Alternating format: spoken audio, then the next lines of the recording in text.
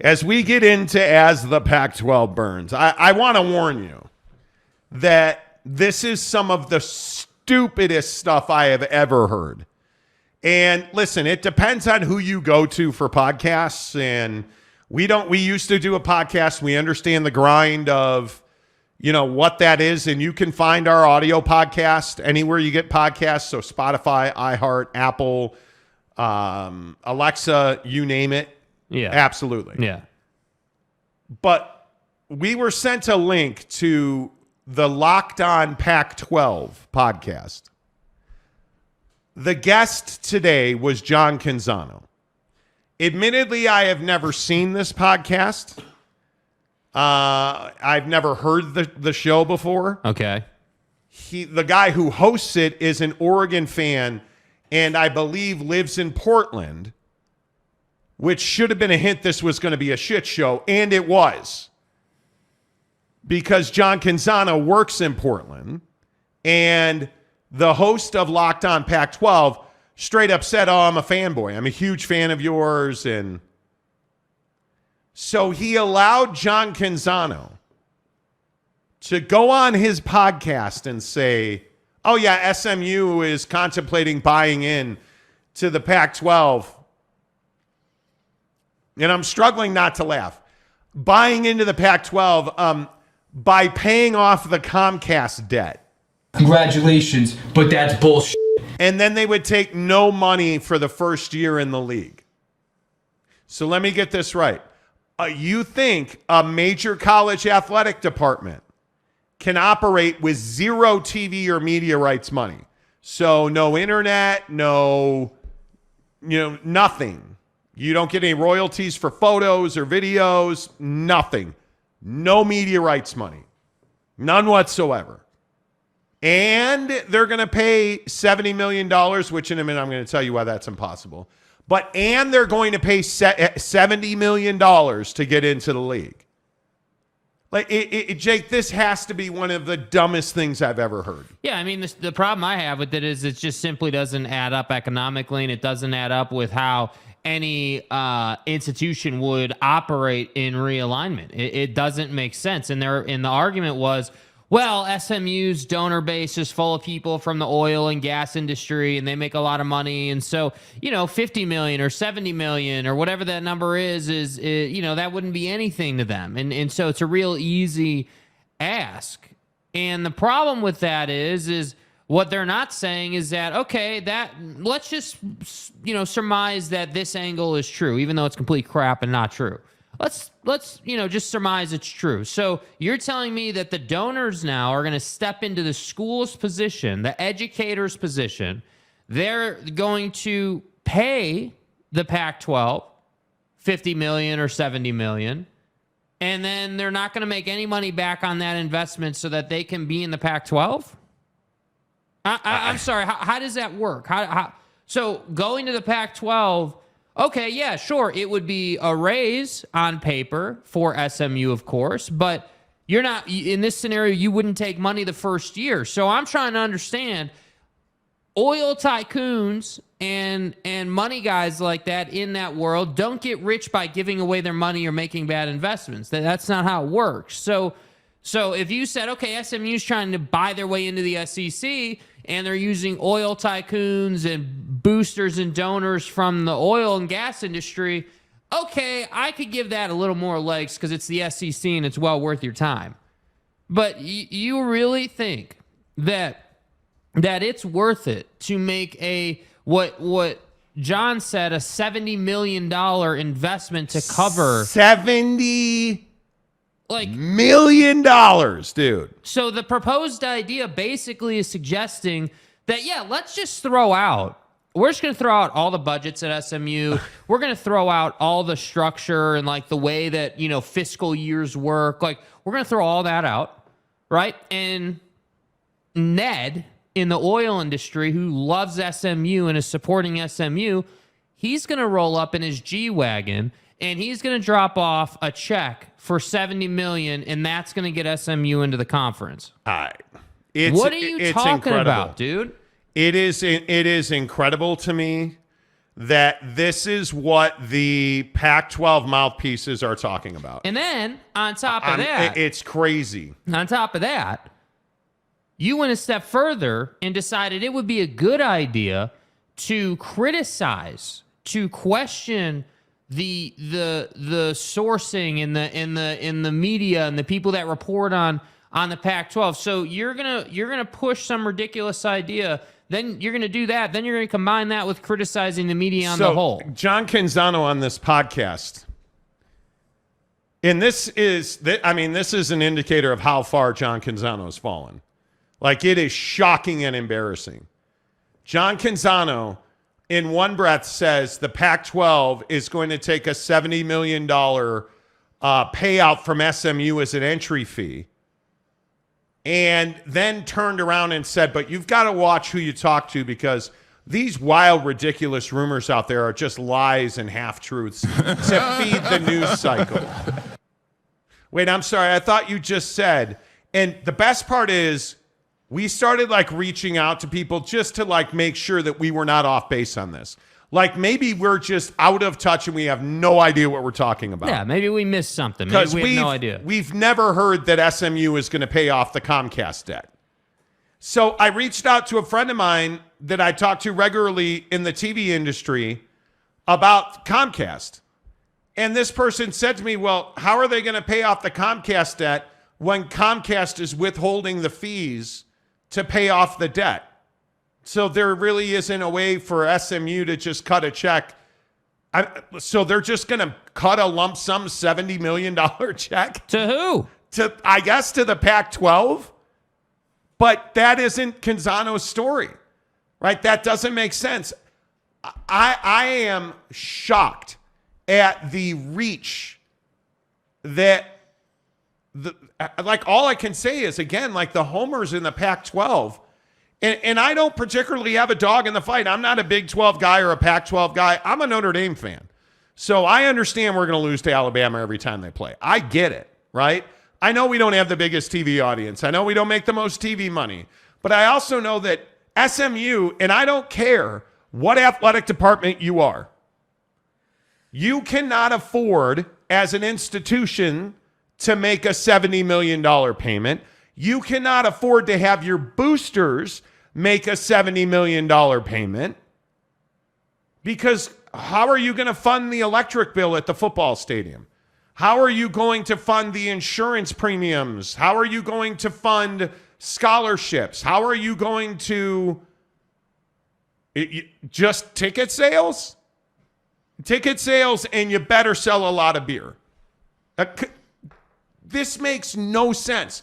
Did the host of the Locked On Pac-12 ask a single follow-up question? No, they did not. No, he did not. And again, I don't know the guy. What I know of him is what he said on the show. He is an Oregon homer. That's what he called himself. And he is a fanboy of John Canzano. That's what he called himself. There's not a chance on earth that SMU is cutting a $70 million check. And if their boosters, and I don't care how much, and Canzano went on and on, like Jake said, about how they have oil and gas money, and they have, 10-gallon hats full of $1 million bills, apparently. That's all well and good. But if your boosters are cutting $70 million checks for an entry fee to the Pac-12, that still doesn't cover the budget loss of not getting any money at all from a TV deal, from a media rights deal. That doesn't cover that. So I promise you, not one person we asked about this today had heard about it or believes that it is true. This is simply just spitballing and throwing shit against the wall so that people will watch your podcast. And they did. It is apparently one of the most watched Locked On Pac-12 episodes ever. And I say congratulations. And I don't know that anybody who watches that show knows how much bullshit they shoveled today. And maybe they don't care about that. And maybe it's just a thing where, hey, Locked On Pac-12 doesn't need, regular viewership. Or maybe the people who watch Locked On Pac-12 don't understand how bad it was. But those of us that talk to people in this conference, for real, we actually have gone out of our way to make the effort to talk to people at every school in the conference, all the TV partners and prospective TV partners, like actual fucking human beings that work in those institutions and at those companies. Hey guys. To have to sit through that root canal today was painful. And I see all the comments of everybody saying, oh, well, he was just throwing ideas out. He was not. Go and watch it. Go watch for yourself and listen to him state his opinion as fact. People in the room. That's the verbiage he used. In the room are telling me SMU wants to pay to get into the Pac-12. He wasn't throwing ideas out, dude. He was reporting facts or what he thinks are facts. And my biggest problem with the whole thing is it doesn't add up. Like, I'm not concerned. If we say something and it turns out to be wrong, I'm happy to eat the crow sandwich on that. But what I'm not happy with, or what I'm not cool with, is reporting things that have no chance of being true. SMU is not paying $50 or $70 million to join the Pac-12. And by the way, the $70 million is John Canzano reporting it's $70 million, not 50. Which is also untrue. It's 50. The fee is 50. You know what? And it really bothers me, dude. I am stunned to the level of and the lack of credibility that John Canzano has been exposed for in this whole scenario. Like, I cannot believe it. I cannot believe it. It is shocking that this is a guy who used to be the lead columnist in the Pacific Northwest. Like, a big deal. Carried a lot of water in that town. Now you're just not. You're not credible at all. And John Canzano, apparently we found out today, has a radio show, or I think we might have known that. In Oregon, in Portland, he has a radio show. And he has his website. But he no longer has editors. He no longer has fact checkers. You know, people that are like, hey, yeah, we're going to need more information on that right there before we publish it. So we're getting John Canzano reporting, hey, SMU wants to pay $70 million to Comcast as an entry fee to get into the Pac-12. And listen, SMU, do they have the money? Yes. SMU, it's not in question their donor base, their booster base, none of that is in question. Nobody is questioning their financial ability outside of the university to make a $70 million payment. Nobody. But the things that people like John Canzano apparently have stopped thinking about is, okay, well, cool, that's your entry fee. So you take no money, because Canzano said they'll pay $70 million and take no money in year one. So you're just going, because that payment comes at the end of the fiscal year. So you're going to go 2 full years without getting any money.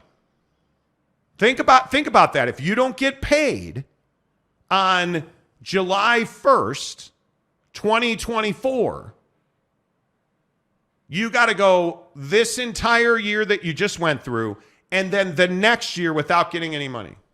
How are you going to afford chin straps at that point? Yeah. It's remarkable to me. And Donuts gives us $10 and says, Monty Golf Fund, top of the day, man. Thank you. I appreciate you, bro. Appreciate that. Cyclone Steve, SMU alums are huge into TryDayTrading.com, apparently. Because it is, that just cannot be true. Yeah. You can't tell me, with all due respect to John, because I'm trying to be kind, but this is the second week in a row that this guy has just gotten his testicles crushed on something really stupid that he said. Oh, hey, the grant of rights in the Pac-12 is done. The first fucking guy, the President Robbins in Arizona that was asked about it, said, no, that's not true. That's a lie. Not true. Never heard of it. Didn't see it. The first guy who was asked about it. No, not true. Hey, what do you mean not true? Could they have done it without you? No, can't do it without me. No. And now you're floating the story that SMU is going to pay $70 million as an entry. They're going to pay to join the Pac-12 and take no money for 2 calendar years. Yeah. What sense does that make? Doesn't make any. All it is a dog chasing cars, man. It's amazing to me. It's amazing. Renee Roca says, meanwhile, San Diego State asking for an interest-free payment plan. Right? Like that's a real, Renee, that's a really good point. Because here you have this situation where you've got San Diego State writing a letter to the Mountain West Conference asking for a payment plan and really asking for a 30-day extension and then a payment plan. And then you say, well, San Diego State's honored to have been a founding member of the Mountain West, but we're out. Like, read discuss notice requirement. Typically requires notification by June 30th of the year preceding the effective date. San Diego State would like to ask for a 1-month extension given unforeseen delays involving other collegiate athletic conferences beyond our control. Why on earth does the Mountain West care about that? They don't. And the ball's on you to ask for that is incredible. Then in discuss exit fee, with a full consideration of the value added from our recent participation in the NCAA basketball championship game. So you finally did what teams are supposed to do. And you went to the NCAA tournament and you think you deserve like a huge financial consideration for that. Apparently. Like, how broke are these universities? That's what comes to my mind. Well, it seems like they're just, I don't know that I'd say they're broke. I think they're running super tight budgets. That's all. I think they're not running with any type of cushion or anything. I think they're just saying, okay, how, because again, it goes back to this whole concept of academia doesn't want to subsidize athletics. And so what are the athletic departments doing?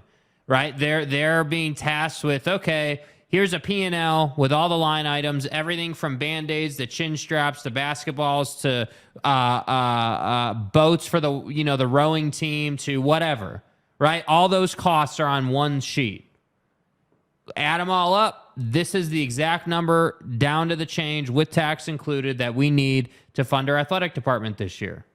So when San Diego State wants to leave and they understand, turns out that we don't have an extra $17 million. Turns out, in fact, we don't have an extra $34 million, right? So that's why they want a payment plan, because these universities are running tight-ass budgets. Look at Washington State. That's where, exactly. Look at what happened at UCLA with Under Armour. Look at what's going on at UC Berkeley with Memorial Stadium and that whole renovation disaster. Yep. Like, you look at the Pac-12, and I just go back to the poor decision making.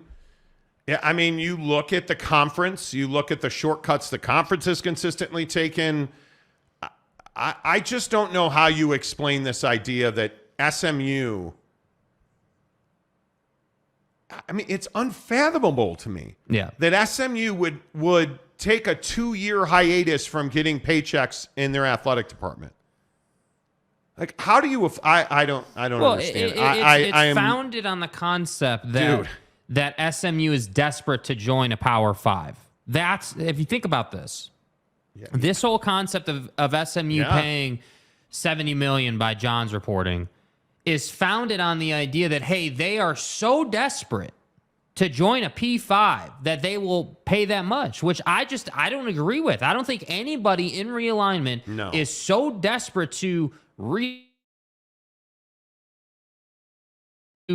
into the negative. I just don't believe it. Because no matter who pays it, and I see a bunch of people saying, well, if boosters pay it, why does it matter? Well, okay, so if your booster pays the Pac-12 $70 million, how much are they paying you? Do they have another $30 million to offset? So that's $100 million now. Your boosters have just $100 million they're willing to pay to get you into a conference where, by the way, again, I would remind you, there's no precedent set for people to be paid full scale when and if the Pac-12 expands. Yeah. Like, what is to say And let's just say, because, Canzano today said that the Pac-12 is going to get a media rights deal that's going to far surpass the Big 12. They're going to make more money. Okay, so let's say they make $32 million. How much money is SMU getting year two? Because they're paying $70 million to get in the league, taking nothing in year one. How much money are they going to? Are you telling me that somebody in a media rights deal is willing to pay SMU $32 million a year? And you're telling me that's because you believe, and this is the crux of the SMU value conversation. You really believe that SMU delivers you the Dallas-Fort Worth area. You truly believe that if SMU and Oregon State are playing a game, everybody in Dallas is going to put down their iced tea and they're going to go turn on a TV and make sure they don't miss that SMU-Oregon State game? Hell no. You really believe that? Because I don't believe that. Now, if you want to tell me that Texas is playing Alabama, or Texas is playing Ole Miss, or Texas is playing any other middle-of-the-road SEC team, I believe most of Austin, a good part of Houston, a good part of Dallas are going to flip on the TV and watch the Texas Longhorns play football. Yeah. I also believe very passionately that if TCU is playing anybody in the Big 12, BYU and TCU are playing. My guess is Dallas-Fort Worth, the Metroplex, is going to watch a TCU game of note in the Big 12 before they turn on SMU. God bless. And again, tell me I'm wrong. Tell me I'm wrong. Make the argument that, and I understand, I don't know shit about Texas. A guy told me yesterday, you're not from here, you don't get it. Well, I know it's fucking hot, and I know you guys love football in Texas. But you know what I don't get? I don't get how the Pac-12 believes that there's a TV contract out there that pays full fare for SMU, and full fare because they believe SMU delivers the Dallas Metroplex. Yeah, somehow I don't see that. And until it's in writing right in front of my face, I'm probably not going to believe it. Yeah. Because I have a hard time with that. You look at Texas, it's two conferences. It's the SEC and it's the Big 12. And really, it's the Big 12. Really, it's the Big 12. Mm-hmm. I don't know how you argue that. Now, obviously, A&M and I totally understand. A&M and Texas, those are huge fucking brands. I get it. The SEC has a big part of Texas. Yeah. The Big 12's got a bigger part of Texas, in my opinion. And nobody's bigger than Texas, UT. I totally get that. But I think you look at footprint, you look at reach. Everybody wants to write off Texas Tech, and I'll be the only one to sit here and defend them. Because I'm telling you, Texas Tech is not insignificant. Texas Tech is going to be a better team this year. And I think Texas Tech is on the path to doing some really good things. And they matter. And they're in the Big 12. Well, and I think the concept of strength in numbers is spot on here when it comes to just the state of Texas. I mean, again, just like you said, Texas is the biggest brand. But I think when you look at the Big 12 and you start saying, okay, hey, we got this team and that team and that's it. Like, hey, you start adding things up. And yeah, sure. Is one single game bigger than Texas? No. But as a business entity, when you're looking at a profit and loss statement and you start looking at, hey, these guys made this much and you made that much and he made that much and she made that much. Yeah, I think that there's a chance, logically speaking and financially speaking, that could be a bigger financial footprint than just Texas and A&M. Yeah, I don't. Again, I get it. I'm not from Texas, and so there's no possible way that I can understand football in Texas. To which I say I laugh at you. I do. Just a rowdy dude from South Carolina gives us $5 to say, breaking, San Diego State asked if they could pay 70 fish tacos to join the Pac-12. I might take them up on that. Well, and the official sponsor of that's going to be Cafe Coyote in Old Town. You know that, right? It's our spot, dude. It's our spot. McKay Boyle, SMU wanting to give themselves a second death penalty. Yeah. For free. Warren Boyd, maybe PAC stated you pay this and you're in. Plus, we guarantee 8-win seasons. By the way, Monty and Jake, sunscreen and water is a must when you play golf in Texas. Oh, sir. Yes. Should we pay $720 to play at the Dallas Cowboys golf course? I got to be honest. I'm really struggling with that number, man. Like, and then I was thinking about it too. Like, we're not even playing with our own clubs, so like, you know, like you know how hard. But it is even for if those of it you was, golf. dude, even if it was our own clubs, that's $500. Yeah. That's $500, and But you get food, you get like I don't know, anything past 500, I guess maybe is what I started. And the bigger issue is when we routinely play at Canyons Golf in Park City. It's a nicer golf course than the Dallas Cowboys course. We watched like the drone video of the Dallas Cowboys golf course and the reviews, and it's not nearly as nice as Canyons Golf, which is our home course. Yeah. So I'm going to pay $500 to play a not as nice course as I'm used to playing. You're paying it to see Because it's garbage. to hopefully run into Jarrah while he's circumcising skeeters. Yeah, skaters. Desert Dog AZ gives us $10. Appreciate that. K2, a new member. What's up? Let's go, baby. Welcome to the membership, K2. Appreciate you. Look at all you guys coming through. I appreciate that. Renee Roca says, too damn hot to be playing golf. Oh. Well, the tee time. So here's the struggle, though. Quick sidebar. Not going to get derailed here. Quick sidebar. The tee times for like 4:30. That was the latest tee time we could get. 4:30 in the afternoon. I mean, we're cooking out there. Now, I'm okay with that.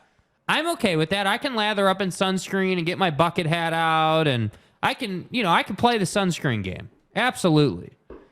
But my God, dude, $500 and really $700 in this case. Yeah, I don't know. Heavy, bro. I don't know about all that, dude. I do know that no matter what happens when I play golf, Bucked Up powers us through our rounds because Bucked Up Energy is the official energy provider of the Monty Show. Let's do our buckshot like we always do at 3:30 every day. Let's go. We drink our buckshot, so cheers, friends.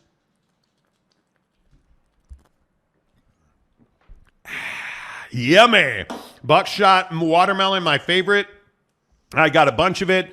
I take it when I golf. I take it when I do the show. Golf. It makes a big difference. And the thing I love about the buckshot is that it's easy to drink. They taste great.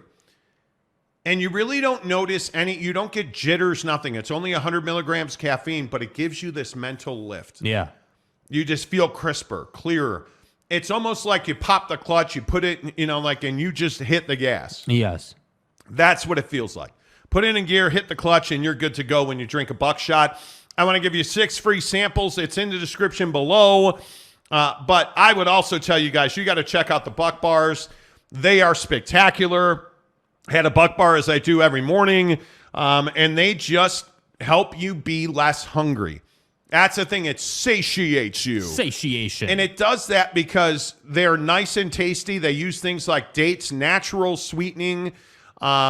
So it's not a huge spike in blood sugar because you're not using all kinds of crazy oils and sugars, and you're using great ingredients like whey protein isolates that give you reliable energy that's long-lasting. That's what I love about it. By the way, in the description below here on YouTube and on the audio podcast, you can get a free sampler pack of Buck Bars sent right to your front door. Just click the link in the description. You guys will thank me because Bucked Up Energy is life-changing. I promise you. It makes a difference for me, and I think it'll do the same for you. Lopes fan Gabe gives us $5 to say, save your $200 each and just golf Torrey Pines next time you're in California. I mean, I can't lie. I mean, that's Yes. not a bad idea, bro. That's a great idea. At Torrey Pines, we can drive out there and take our clubs. We can California's reasonable. Yep, Rick Forrester, new member Let me of the whip show. it out here. Let's go. Love it, Rick. Welcome to the program. Appreciate you. And you guys, it's easy to become members. You click that little join button right in front of you, and you can see that it just asks you what level of membership that you want to, what level of membership do you guys want to join at? And I'm telling you, you can join for as little as $1.99 a month. $9.99 gets you into our exclusive Instagram group, where you get to chat with all the boys and you hear how great Victor Wembanyama is from Big Daddy Magic. Like, it's amazing. Victor's the way. Yeah, I don't know if I agree with that Victor's the way, but it's fine.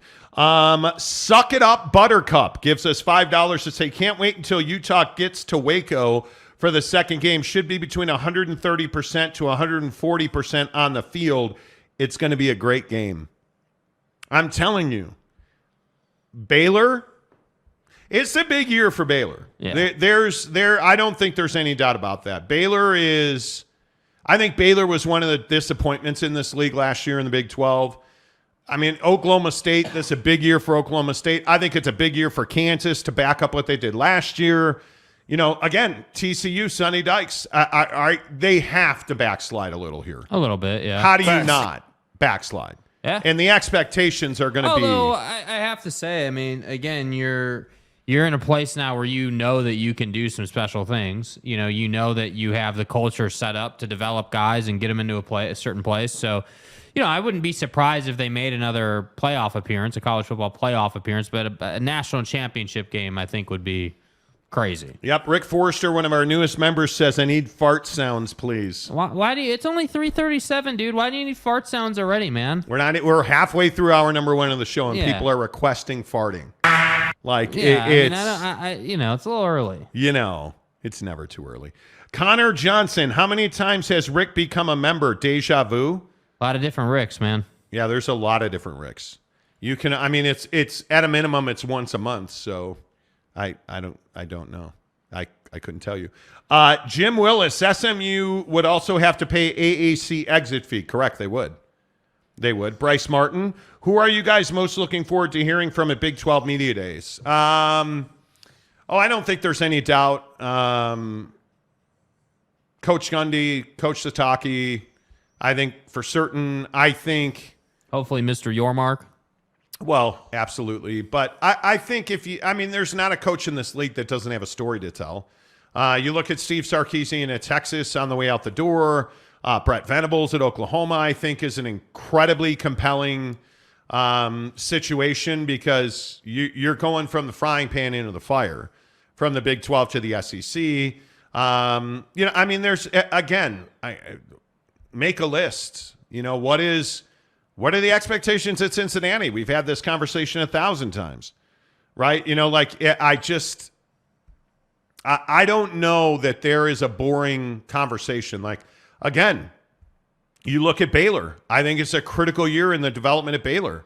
Grimes went down to Baylor and everybody thought that was the cherry on top, and that turned out not to be the case. And I'm not saying Grimey's at fault there, but yeah, I mean, you just didn't get the result that you thought you were going to get there last year. Yep. Especially when 2 years ago you were really good. So I think there's a lot of really compelling storylines. How much pressure is there now at Houston, right? I mean, you've gone through and you've gotten into the Big 12. Your basketball program's arguably the best program in the country right now. Sampson gets a huge extension.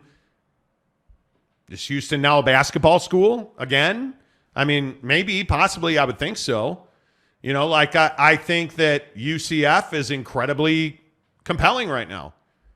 It does UCF matter in the grand scheme of things? Fuck yeah, it matters. I think it's really important to have that kind of representation in Florida and that kind of reach. I think that's really important. Yeah. There is not a boring storyline in the Big 12. Mm-hmm. And I'd say the same thing about the Pac-12. I mean, I think, we will not be at Pac-12 Media Days, unfortunately, but I think it's going to be very interesting to hear. It's going to be very interesting to hear how many guys like John Canzano wind up, slurping at the teat. How many guys, because you already know you've had George Kliavkoff on your show, right? How many people are willing to ask difficult follow-up questions? After the envelope calculations. How many people are willing to ask compelling follow-up questions at Pac-12 Media Days? How many? Who is it? Who's willing? That's a huge question. Yeah, and maybe we should go. Yeah. Maybe we should go. I don't know. But I think it is, dude, I think it's really important that pertinent, direct questions are asked. Because if we get to Pac-12 football media days and we do not have a Pac-12 media rights deal, which I would find shocking, hard to believe. July 21st. If we get to Pac-12 football media days and there is not a deal in place, that would be. I mean, I just don't understand. Like, okay, that'd if be you don't shocking. get a deal done before July 21st, you're sending George Kliavkoff out to pasture. You're basically saying, hey, yep, go ahead. Yep, go ahead. Well, I don't know. Like, what is he supposed to say? I mean, what is going to be? Because that's what I'd be looking for. You know, like, okay, if I'm going to go to Pac-12 Media Day, because notice it's one day, not two. It's Media Day. It used to be days. It's now day. You know, what is the situation? So, A, do they have a deal or not? Okay, let's say they don't have a deal. Yep. What is the patented, talking points? Hey, well, what about the grant of rights situation? What about this? What about that? Well, XYZ, whatever. Hey, I'm prepared on my talking points. Will he have talking points? Will he be prepared? I'll be curious to see how they go about that. If they do have a deal, just how far are they going to bloviate about that deal? How far are you going to stretch the positivity on that deal to make it feel like Pac-12 Media Day was a success? Because I think that's also something that should be noted. Yeah, I think that's a huge thing. And I really hope that, and I hesitate to say it out loud, I really hope that somebody shows up with a set of balls and asks the pertinent questions. Hey, how much damage has been done to this conference through this media rights negotiation? Oh, none whatsoever. Okay, well, so you don't think that it hurts you in recruiting, and you don't you need to ask follow-up questions. You don't think this hurt your brand? There's got to be follow-up questions. Hey, and let's, based on what the TV deal is and the media rights deal is, like streaming, like who's still here? Has anybody announced they've left? Like, you need real conversations in this league. You need the thing that is lacked so painfully in the Pac-12 is truth. Honesty, forthright, open communication has lacked in this conference. And I love that, again, like Canzano in Portland today talking on this podcast about how, it's the media's fault. And the media is the one putting the message out. And the media is the one causing confusion. And the media, which, by the way, you're part of the media, dude, or at least you used to be. And, oh, by the way, I'll say again, by the way, WHEY, it's your presidents in this league who have caused the confusion. Yeah. Because President Robbins and Kurt Schultz and you look at Colorado talking and Arizona State talking and the Arizona State AD talking and the president talking and saying different things than President Crow and Ray Anderson, who's the athletic director at Arizona State, quite literally saying two different things. It's not the media that's caused the firestorm. It's your presidents talking that have caused the problems. Yeah. It's San Diego State completely humiliating you and them, and now these letters become public. That's what's damaged the brand of the Pac-12. That's an issue.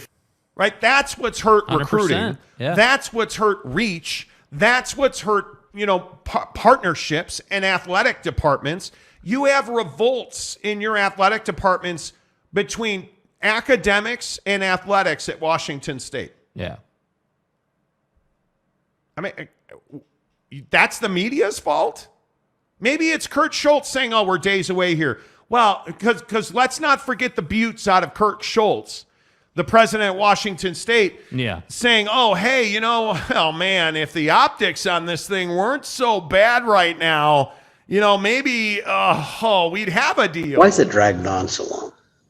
I think it's just the environment, it's the uncertainty in the economy, the layoffs in the tech sector and other places. I mean, look at the major media companies have almost all laid off people, and so have some of the major players in the tech sector. And, I know at least one of the partners we were talking to said, And do you notice right there what he does when he goes into story time? And I'm going to play that again. Watch how he pushes the paper away and he starts playing with the table, which is an obvious tell that you're full of shit, sir. Why is it dragged on so long? I think it's just the environment, it's the uncertainty in the economy, the layoffs in the tech sector and other places. I mean, look at the major media companies have almost all laid off people, and so have some of the major players in the tech sector. And, I know at least one of the partners we were talking to said, we're ready to sign today. But the optics of us announcing that we're laying off X number of people and we signed, this multi-million-dollar deal with the Pac-12 are just simply not the best. So we're going to have. Yeah. And then like a week later, ESPN announced that they had hired Pat McAfee for $150 million. Come on, guy. And you can tell that he is, in my opinion, bloviating and lying. Yes. Because he's pulling at his ear and he's playing with the table and he's moving the paper. And Yeah. there's no bad optics outside of the Pac-12. You're the bad optics, bro. Yeah. You are the bad optics. I might Not ask why you're ESPN. live streaming your meetings, by the way. Like the dysfunction, the dysfunction is amazing to me. Yeah. It is. So it's no surprise, though, when the SMU narrative gets run out there by none other than Gonzalo. It's not surprising. It's not surprising at all. And I just look at those situations and I look at John Canzano, who is very clearly a mouthpiece for the Pac-12. I truly believe he has relationships in the Pac-12, and I believe he feeds off the teat of those relationships, meaning he says, and I love that he's like, oh, well, you have people in the media who, they're talking to people at these institutions who are trying to destabilize. And Canzano goes on about how the Big 12 has hired a consulting firm and they've reached out to media members who they just regurgitate all of the lines they're given. Well, okay, so wait, let me get this right.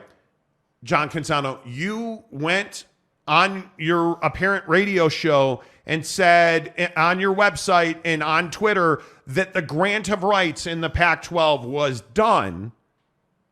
And then like 2 hours later, President Robbins went on the Paul Feinbaum show and eviscerated you. When I landed, I saw some reporter said, "Is this true?"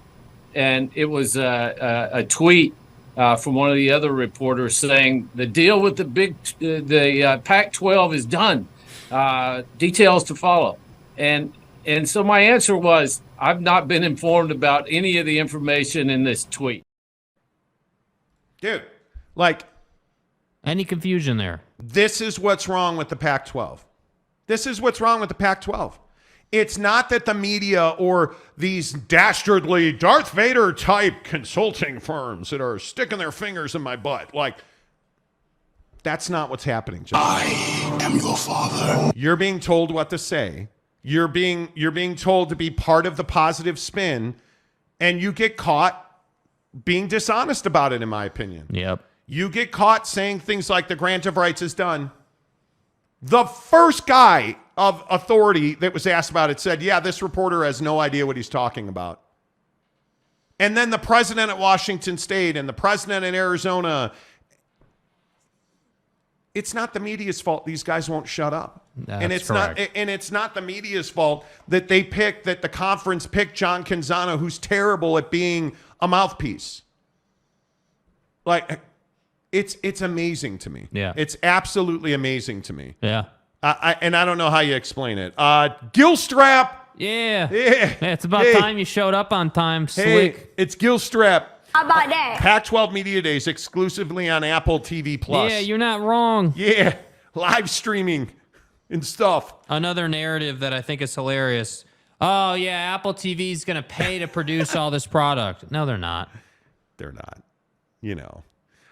Tanner Plummer says, so I just watched the Locked On Pac-12 show with Canzano in it, and it felt like Canzano and the hosts were trying to find anything that could save the Pac-12. It was sad. It is sad. It is sad. It feels like you're manufacturing talking points. Like there is, and I hope I'm wrong. Maybe I am completely wrong. There's no way on God's green earth they're paying $70 million to get into the Pac-12. Yeah. SMU is not doing that. Don't see how that works. There's no way. No way. Clint Mose says back the Pac. And Donuts says they want me in rehab, but I said, no, John Canzano. Mm-hmm. It's a direct quote, I believe. Right. Connor says LOL. Why is everybody... Oh, back the Pac. See the backpack. Oh, it's just like a backpack and back the pack. Got it. Okay. Connor Johnson says, can you drop a backpack in the comments on positive days? I don't like the downer days. Well, sir. Good news for Beef Fan, by the way, right? Beef Fan here. Reeser's looking nice. Reeser is looking nice. Almost done. Dude, I'm telling you. I am telling you. Oregon State's a problem.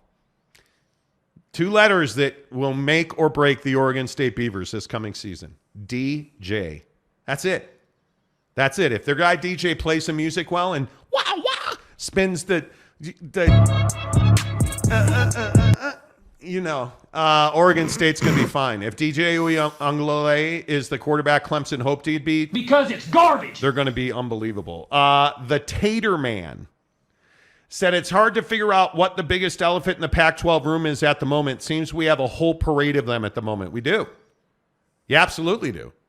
And it's hard to get around them. Mm-hmm. It really is. Doesn't ESPN have a vested interest in the Pac-12's failure? And we've talked about this at length on the channel. I don't think ESPN has a vested interest in the failure of the Pac-12, which is also interesting because they are wholeheartedly partners with the Big 12. Our sources told us that ESPN encouraged the Big 12 and the Pac-12 to have conversations, and the Pac-12 declined. And since that moment, ESPN has taken a number of steps that would appear to make them leaning towards the Big 12's success and the Pac-12's failure. Right. Certainly their refusal to get into a bidding war with Amazon. ESPN refused to bid against Amazon. Hundo P refused to get into a bidding war with Amazon. Yeah. And I think what's quite interesting is that not only did the folks at ESPN point blank say we're not competing with Amazon, because they're not, Amazon almost immediately pivoted away from the Pac-12 at that point. Mm-hmm. And that was October, and the narrative changed as soon as we broke that story on this show. Amazon went from all in, let's do it, to, I think a Pac-12 Friday night game of the week is what we're after. And now, by reports, again, exclusively on this show, Amazon's not so interested in Pac-12 content at the moment. Uh-huh. They are more focused in other areas of content distribution. And I think a lot of that played on the ESPN situation. I think ESPN and Fox combined nudging the Big 12 to come to market early, 2 years early. And note how quickly the Big 12 got a TV deal done with Fox and ESPN and ABC. Coincident? Could be. Coinky dink? Could be. But Bob Bowlesby didn't have much trouble getting expansion done. Then Brett Yormark comes in, no problem getting a TV deal done. By the way, who played a huge role in both of those things? ESPN. Mm-hmm. Not accidentally, very purposefully.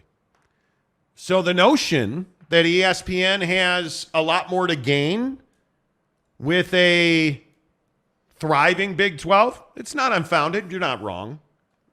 You're not wrong, Rowdy, at all. Yeah. Not at all.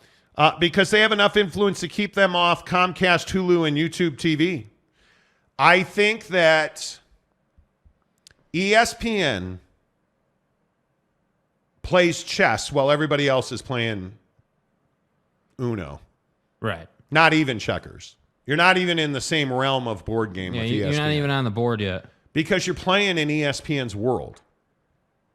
And it is one of the things I find so shocking is people don't understand that Fox and ESPN are actually really good partners. They work together quite well.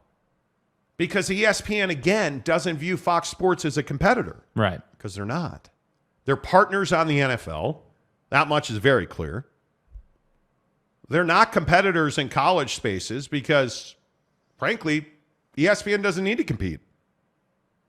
So when everybody was like, oh, look at those pricks at ESPN, they're out on the Big Ten. Now we showed them.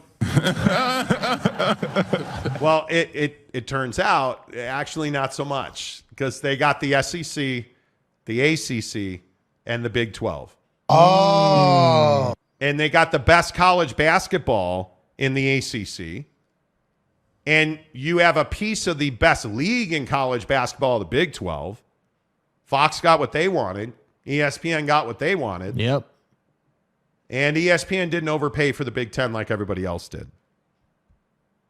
So when everybody start talking to you about, oh, man, ESPN, whew, those layoffs prevented them from getting the Big Ten deal. They did not. You know why ESPN doesn't need the Big Ten deal? Because they're about to renew with the NBA. They've got Major League Baseball. They've got the NHL. They've got a piece of pretty much everything in college sports. F1. They've got F1, which costs them almost nothing. Like I'm trying to understand why everybody thinks ESPN's failing. And it's because I think most people don't understand the TV sports rights game. Because it's a $100 billion game. Yeah. And ESPN has plenty of money to win the game. And by not having Big Ten carriage, I think they're in a much better position.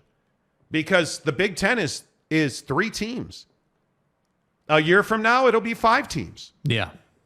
And maybe you get lucky and Minnesota comes back to life. And maybe you get lucky and Iowa comes back to life.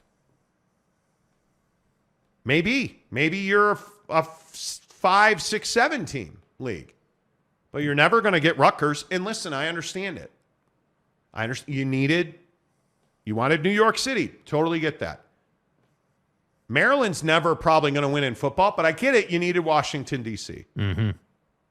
But let's not sit here and pretend that the Big Ten is some behemoth of a league, because they're not. The Big Ten is not the preeminent sports enterprise in the United States. They just happen to be really good at making money. That's it.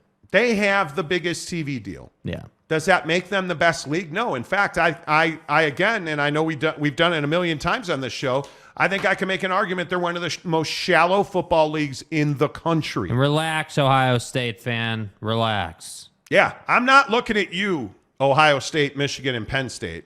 Although Penn State, with Jerry Sandusky and Joe Paterno, shouldn't be playing football. Mm-hmm.